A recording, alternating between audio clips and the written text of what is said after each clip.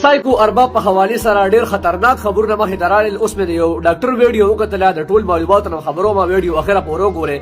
ډاکټر په خپل ویډیو کې او وی چې د دومره خطرناکي ګولې خوړلې دي کو دا یو ګولې چې کوم دي عام انسان اوخري یو میاشت پورې دماغ کار نه کوي. د اس ټي سي په نوم باندې ګولې چې کوم دي د 200 ګولې خوړلې دي. اوس دومره خطرناک نشه دي څنګه کړي دا دی ولې کړي دا ګوره یو میاشت پس چې کوم دي دی واده مو او دا د خپل واده نه خوشاله مو دومره خطرناک نشه بیا دی ولې کوله او خودکشي ګوندې کړي دا دی ولې کوله. دا ډېر خطرناک سوال دی وخت خو ټول د خپګان خبره ده او د خطرې خبره هم ده چې دومره خطرناک دي نشي ګولې زموږ مارکیټونو کې برتی دي او حکومت د خلاف کاروي انکوایري یا چې په هیڅ قسمه چې کوم دا سیس اوس پورې شوی. موږ حکومت درخواست چې دا سيزونه مارکیټونو نه ختم کړي. دا خو د خودکشي سامان د مارکیټونو کې پروت دی او د خلاف چې کوم څوک आवाज نه چي او په اخر کې یو کشر رول په حیثیت چې کوم د سامان ټول ټیک ټاکرو چې نه کوله درخواست دی.